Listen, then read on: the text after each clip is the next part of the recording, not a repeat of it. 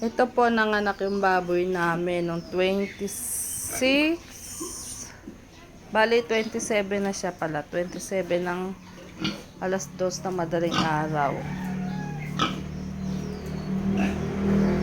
7 healthy piglet. Pero itong inahin na to ay may naiwan sa kanyang sinapupunan na sure kami na may naiwan isa kasi nung kinapa nung asawa ko meron pang isang kulig sa kanyang tiyan, kaya lang hindi na ilabas ng asawa ko, hindi rin niya naman na ilabas. Sinaksakan na siya ng mga pampahilap,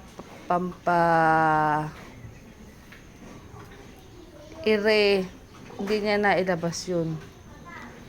Bali 27 na nga siya ng madaling araw ng anak. Buhay pa yung kulig dahil nakakapapa ng asawa ko eh.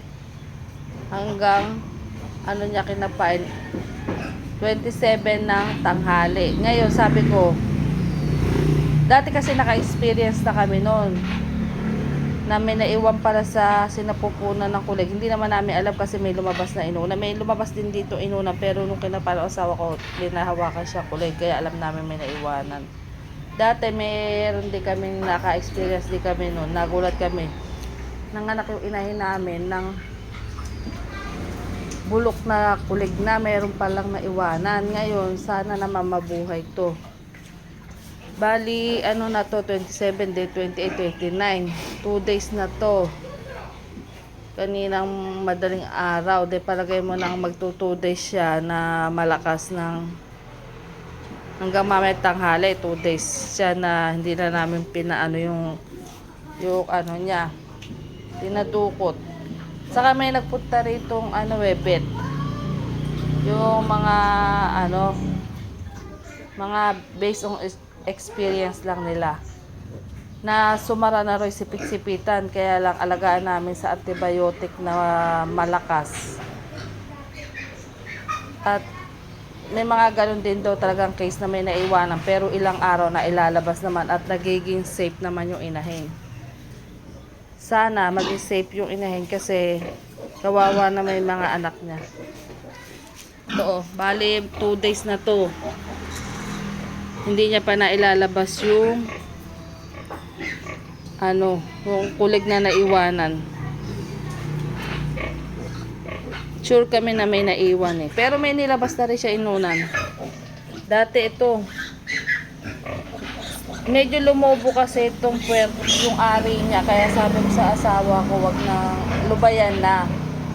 Kasi kawawa din naman eh, kawawa yung Saka pinaano rin naman namin to, pinadukot din namin doon sa vet, sa hindi naman siya vet, lang siya, yung may experience lang.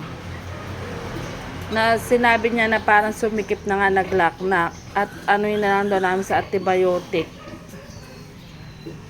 Kasi may mga case din daw na gano'n na ilalabas naman ilang araw. Bali ngayon 2 days na to, 2 days na hindi niya pa na ilalabas. Kaya update ko na lang kayo kung kailan niya yung ilalabas. Sana mailabas niya yung kulig, and then papakita ko sa inyo yung itsura ng kulig at kung ilang araw niya yung nailabas. Hindi rin siya, 2 days na rin siyang hindi kumakain.